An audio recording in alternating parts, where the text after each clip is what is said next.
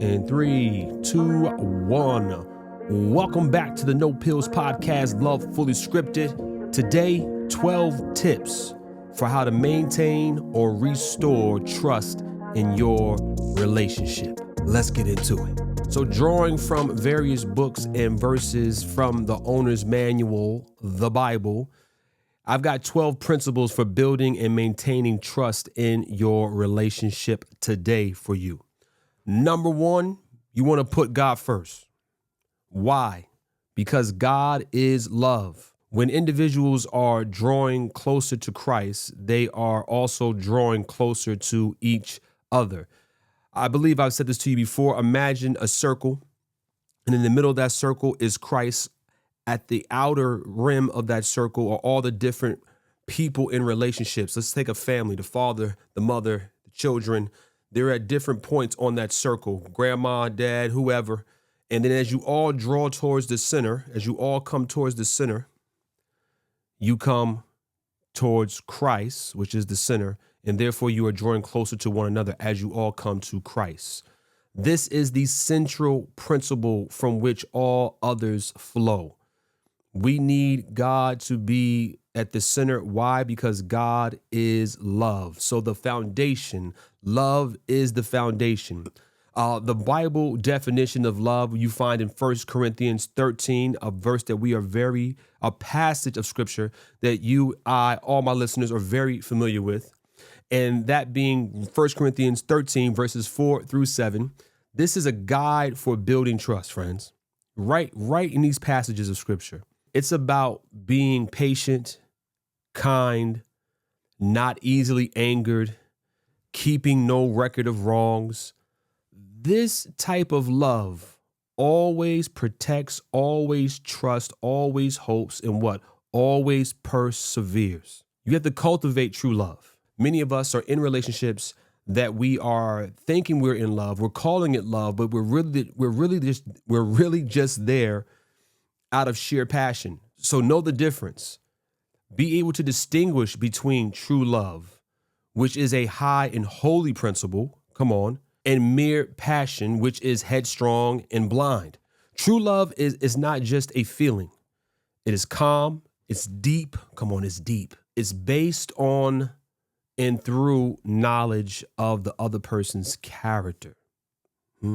It takes God into its plans. That's real love. Passion does the complete opposite, friends.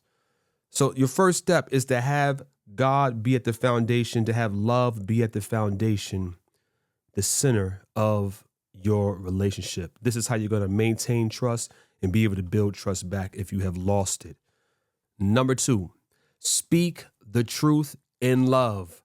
Honesty is always the best policy. I know some of you embrace those little white lies. Honesty is a key component of trust. Ephesians 4, verse 15 tells us to speak the truth in love. Sometimes we can speak truth, friends, but we don't speak it in love. We're harsh, we're rash, and we're not aware of the other person's feelings. So when the Bible says speak the truth in love, this means being truthful and transparent, but doing so with kindness and a goal to build up, not tear down. Communication is key, friends. This is probably the hardest part of any relationship, communication. How we communicate, the tone, the manner, if we're listening, if we're not listening, this is the key, right? I mean, it's like foundation, God, love, and then learning how to communicate effectively. Communicate openly and honestly. Share your thoughts, feelings, and experiences candidly, even when it's uncomfortable. We have to be able to grow to a place where we can have uncomfortable discussions. You violated my trust. Here's how I'm feeling. Here's why I don't trust you. Here's where I'm apprehensive. Here's why I have anxiety, or this brings and causes me anxiety. And the person who has been the offender needs to be able to maturely take that feedback. Encourage your partner to do the same and create a safe space where you can talk without fear of judgment, anger, hostility, being verbally abused or attacked. Listen, the importance of honest and open communication, particularly regarding shared responsibilities like finances, is vital. Working together on a budget and financial decisions builds a strong foundation of teamwork and trust, friends. Sometimes we run around, we sneak, we hide, we buy things that we shouldn't be buying, or we purchase things that we should have told our spouse about, and it causes all type of tension and distrust in a relationship. So not only do you want to communicate openly, especially about finances, right? Sometimes you can have a spouse that has a gambling problem, etc., and that's a whole nother ball of wax. But nevertheless, secrets are like a poison, an insidious cancer that lurks and just slowly or aggressively, in some cases, deteriorates the relationship. The importance of honesty and open communication cannot be overlooked or undermined, okay? Particularly, take accountability for your actions. Yeah, I know. When you make a mistake, own up to it. A sincere apology and a genuine effort to make amends, to make change, are crucial for rebuilding trust after it has been broken, friends. I can't overemphasize this enough. A lot of times we can be good at apologies, but we're not good at actioning the changes that need to happen. It's easy to just say I'm sorry sometimes. For some of us, others of us, we just struggle to even say we're sorry. But some of us get good at saying I'm sorry and brush it off and go about, and there's just no plan, no strategy for change. And your spouse is just dying. Like, man, I do not want to go through this over and over and over again. And this is why you get these untruthful statements like, you'll never change. This is where that comes from. Because they don't see you making any effort to change. I hope that's not you. I hope to my listener that's hearing this is not you. Friends, once trust is lost, man, it is a difficult thing to rebuild. Take responsibility for your own character. Trust is rooted in the character of each individual. Character is the capital of a person's life. It is built through earnest, careful, persevering effort to overcome unfavorable traits and characteristics. It's a work, friends. We got to work on us. You got to work on you. You have to work on you. You just can't say, oh, I'm sorry, honey. I'm sorry this. Oh, I'm sorry, babe. And then don't go do any work on yourself. You're setting yourself up for failure. If you're not planning to succeed, you're planning to fail. You need measurable, quantifiable actions you can put in front of yourself to go make the necessary changes to help and build and restore trust in your relationship. You need to demonstrate empathy. Try to see things from your partner's perspective. We're selfish creatures. Sometimes this is hard. How you do this? Validate their feelings and listen to them with an open heart. This shows you care about their well-being and helps them to feel heard and understood. Makes sense. Nothing worse than feeling like somebody's not listening. You want to pull your hair out. If I had any, I would. Like, you want to just pull your hair out. Like, my goodness, like, why are you not hearing me? Why are you not listening? Why are my feelings going unacknowledged, not recognized? Where's the team building? Where is the actual communication? Now, listen, when you speak with honesty, make sure it is packaged with sincerity. Say what you mean what you say. Trust is built on truth, friends. Be truthful in your words and actions. Sometimes we say one thing, but our actions do another thing. You're online looking at women, flirting with women or men online. You're in people's DMs, or you're liking all these photos, pictures, etc. You guys know how it goes with the relationship drama online now. You know how it goes. And you say you're sorry for these things. You say you're going to be faithful. You say this is not cheating, or then you recognize it is cheating, and you're trying to bring resolution and restoration to your relationship, but you continue with those same patterns of behavior. And you wonder why trust is so difficult to restore in your marriage. You must be honest. You must be sincere, because trust is built on truth. Be truthful with your words and your actions. Note that a refined, softened, and ennobled heart will be reflected in truthful words and actions. No lie, friend. Number 3, be slow to speak and quick to listen. A lot of times we can't get to the place of trust again, restoration, because we're just not listening. We're just yapping. We're doing all the talking. James 1 verse 19 advises, be quick to listen, slow to speak, and slow to become angry. Actively listening to your partner. We're talking about active listening, friends. Practice it, learn it, research it. Let it become one with your being. Without interrupting, come on, or preparing your response. This is active listening. You're not there just listening to interrupt. You're not just listening to respond. When you do these things, it shows your partner that you value their thoughts and feelings. Like, I'm processing what you're saying to me. And look, you can't be afraid to be vulnerable, okay? You've got to open up about your fears, insecurities, and past experiences. Sharing your most sacred feelings allows for a deeper connection and invites your partner to do the same. Now, listen, here's the reality. I say that, and I recognize that when trust has been violated, this can be very hard, right? Maybe you told them you've opened up in the past and they've taken that and thrown it back in your face. You know, I've heard of this, friends. This is terrible. So I know for each relationship is going to be different with the context in which that relationship exists in the past happenings that have happened. So you need to be praying. You need to be praying, friends. There's a lot of times it's going to just take time. In a lot of cases, it's going to take time, especially depending upon the offense and what has gone on in the past. So be gracious, allow for time, but I want to encourage you that a good indicator that trust has been restored is when you can be vulnerable. When you can be vulnerable. Exercise patience and consideration. A lot of times we're not considerate, friends, you know. Focus on the positive traits of the other person. I know, not just their faults, okay? Don't get caught up in the fault-finding game and evil surmisings. Instead, I would encourage you to place the most favorable construction on the motives and acts of each other. So a lot of times we assign negative motives or ill motives to a person's actions.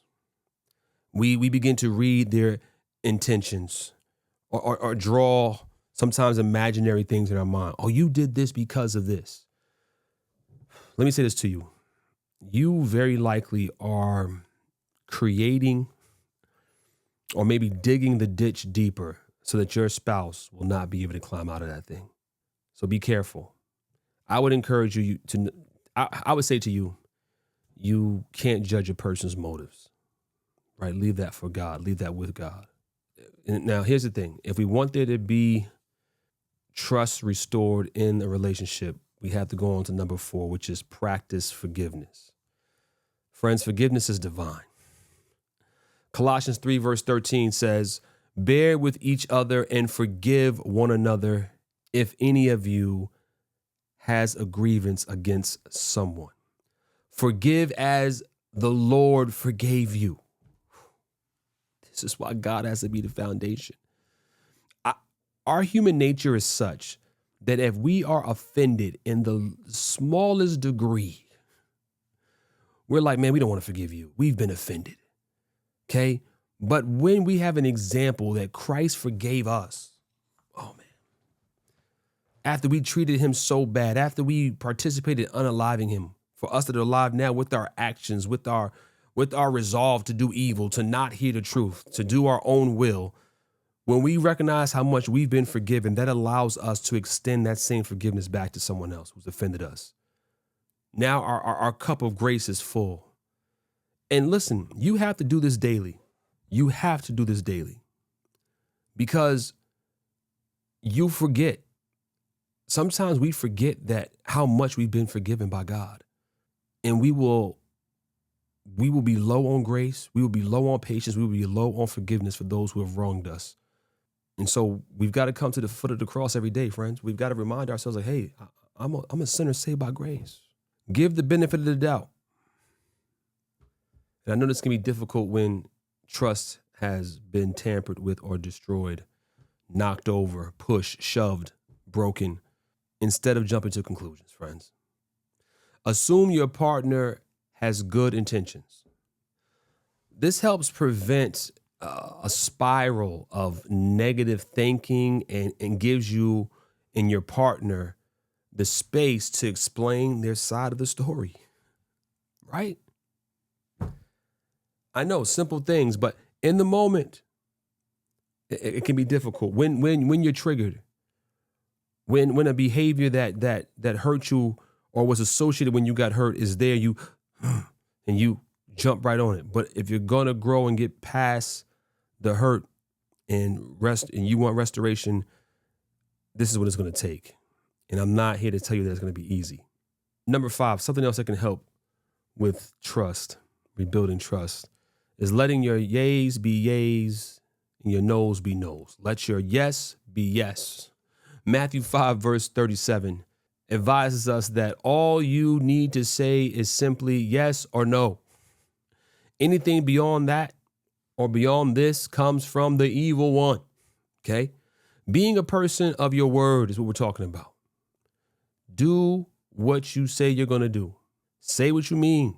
Do what you say. Following through on commitments and being dependable shows your partner that you are trustworthy. Think about this. And sometimes we can make up good reason, okay? We go, oh, babe, I'm going to be home at this time for dinner. And you never show up because you're doing overtime. Babe, I want to do this. Well, I can't do this because I got to take another phone call. I got to deal with somebody else. And no matter if we realize it or not, those are all little micro instances of trust being worn down. You told me you were going to do something and you didn't do it. Now, we may find a good reason for it. Well, babe, you got to eat. We got to pay the mortgage, blah, blah, blah. But nevertheless, that trust is being broken down because you gave your word. You said you were going to do something and you did not do it. Be consistent and reliable. Follow through on your promises, both big and small. This shows your partner that you can be counted on and that your actions align with your words. Be faithful in the little things. Trust is not built in grand gestures, friends, but in small, consistent acts of daily life. He that is unjust in the least is unjust also in much. Faithfulness in small duties builds a character that can be trusted with greater responsibilities. It's going to be a process, one brick at a time, to rebuild the house of trust. Number 6, put away deceitful and corrupt talk. This is just a good principle, friends. This is Ephesians 4, verse 29. It warns against unwholesome talk, friends, and instead encourages words that are helpful for building others up according to their needs. Avoid gossip. Avoid sarcasm. Avoid harsh words that erode trust. I trust you with my feelings. I'm trusting you with your hearts, and you are tearing me down. You're embarrassing me. You're talking to others about me. Don't be afraid to set boundaries and know that it's important for you to respect boundaries. Clearly communicate your own boundaries and be attentive to your partner's boundaries. Mutual respect for each other's needs and limits creates a sense of safety and security. Number 7, humility and gentleness. Do not forget about these two, okay? Ephesians 4, verse 2 encourages us to be completely humble and gentle and bearing with one another in love. Approaching your relationship with humility means you are willing to admit when you are wrong and to prioritize your partner's needs. I know. Like, just let that settle in. Like, oh, right.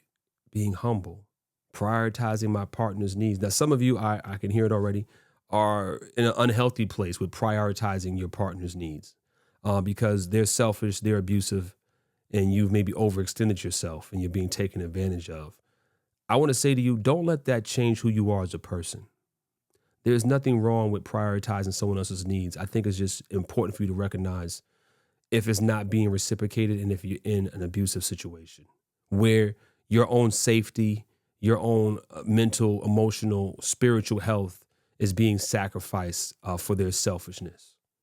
You're going to need to pray for wisdom and discernment to know if you're in that type of relationship or not. Yeah, this bleeds right into number 8. 8, lay down your selfishness. Lay down your selfishness.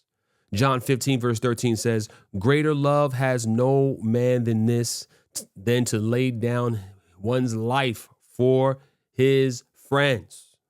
This is a profound statement. In the relationship, it can be applied by setting aside your own desires for the good of your partner. Sometimes we're selfish, friends. We only want to do what we want to do in a relationship. If I want to go out, we're going out. If I don't want to go out, we don't go out. If I want to go to the park, we go to the park. If I don't want to go to the park, we don't go to the park. It's like, man, why do we have to do everything you want to do all the time? Why is it always about how you feel and what you want to do when you want to do it? Listen, sacrificial love builds an unshakable bond of trust. That's what sacrificial love will do for you. Yield to each other, friends. Be willing to compromise and to set aside your own judgment, even when you feel you are right. Listen, I advise you, do not be persistent, even if your course appears just right to yourself. You must be yielding, forbearing, kind, tender-hearted, pitiful, courteous. Just saying, friends. Number 9, you want to bear one another's burdens.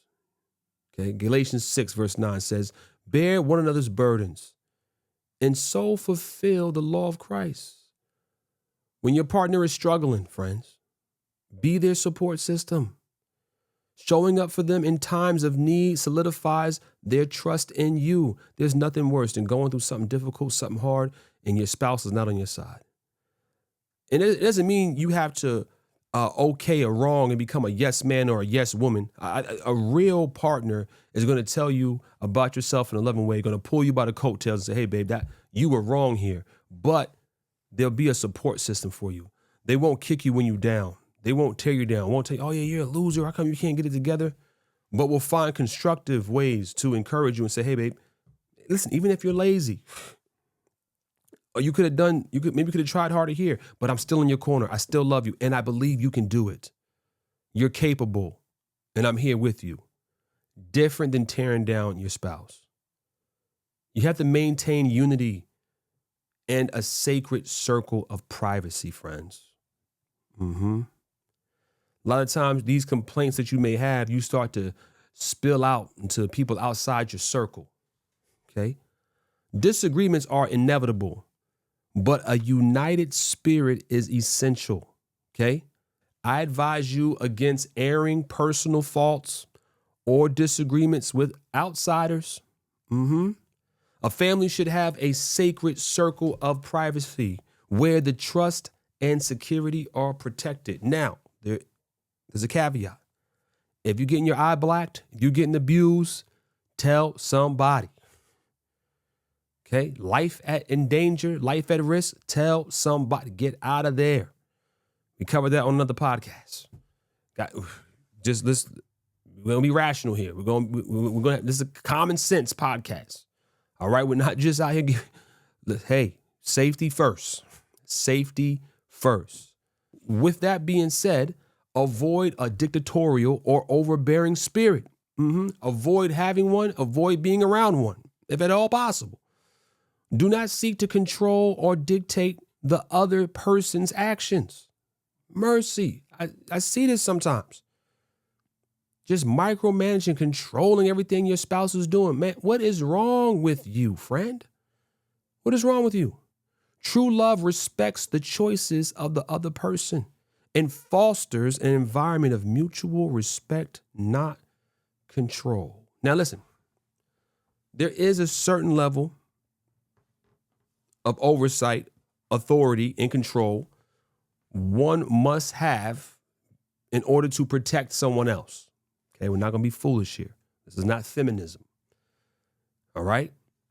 If you have a security guard tells you stand over here, you need to stand over here. You have a child, don't stand in the street. You need a level of authority and maybe even control to maybe yank them out of the street from avoid getting hit by a car. They need to listen. You need some authority over another person in order to protect that person. I hope that's all I have to say about that. Number 10, pray together. Because a lot of times we'll pray individually, but we won't pray together, or we won't pray for one another. Listen, one of the best tips I can give you is, if you're going through a stressful time in your marriage, get down on your knees together and pray for one another aloud so the other person can hear it. Okay? Not using prayer as a weapon, but literally saying, Lord, I love my spouse. I love my husband. I love my wife. I know that you have better plans for us. I know that you're going to finish the work you begun in him, and you're going to finish the work you begun in her. And boom, I love her, and teach me how to love him more, aloud so the other person can hear it. Listen, the Bible encourages prayer as a way, to grow closer to God, friends. When a couple prays together, I know they stay together. They say, right? When you pray together, you stay together. But when a person prays together, they are not only inviting God into their relationship, but also becoming more vulnerable and unified. I'm thinking of Proverbs 3, verses 5 and 6, which advises trusting in the Lord. This can be a principle for couples to follow as they navigate the challenges together. Support each other in times of need. Be there for your partner when they are facing a challenge. Offering a shoulder to lean on or practical assistance during difficult moments solidifies their trust in you. This next one I love a lot. I like this a lot. This is number 11, friends. Remember, sharpen each other. Proverbs 27, verse 17, as iron sharpens iron, so one person sharpens another. We are not each other's enemy, or at least we should not be. I know there's many unhealthy relationships where we are one another's enemy, which is crazy. That's Satan's design. But in God's ideal, we are here to sharpen one another. Listen, this speaks to the importance of healthy, constructive feedback. Trust is built when you know your partner has your best interest at heart and is willing to lovingly challenge you to be a better person. If you can't take constructive criticism from your spouse, then who can you take it from? Where do you expect to get it from? If you can't trust the input of your spouse, then what are we here for? They've made an observation about you, and if you're not being gaslit, I understand. I'm talking about a healthy, rational person here, okay? Talking about a healthy, rational people that know how to communicate, who God-fearing, surrendered, all right? They're telling you something because it's the truth, because it's an observation that they made, and maybe there's a place where you can make improvement or adjustments. Trust that. Why did you marry them if you didn't trust them? You know? Which I say that, and in light of the topic that we're speaking about, let that come home, because when you violate trust, you are destroying so much. Like, it knocks everything out of frequency. Now it's like, well, can I trust your input you're giving me? Right? So it's almost, these steps are preventative, as much as they are curative. Okay? They're preventative as much as they are curative. Prioritize quality time while you're at it. Okay? Sometimes we forget about this. In a busy world, it's easy to get sidetracked. Make time for regular check-ins. Make time for intentional moments together. This shows your partner that they are a priority. My last step for you. Number 12. Don't let anger linger. Ephesians 4, verse 26 says, in your anger, do not sin. Do not let the sun go down while you are still angry. Resolving conflicts quickly is ideal. Now, not to the extreme. Give each other time to cool off and come back and reconcile.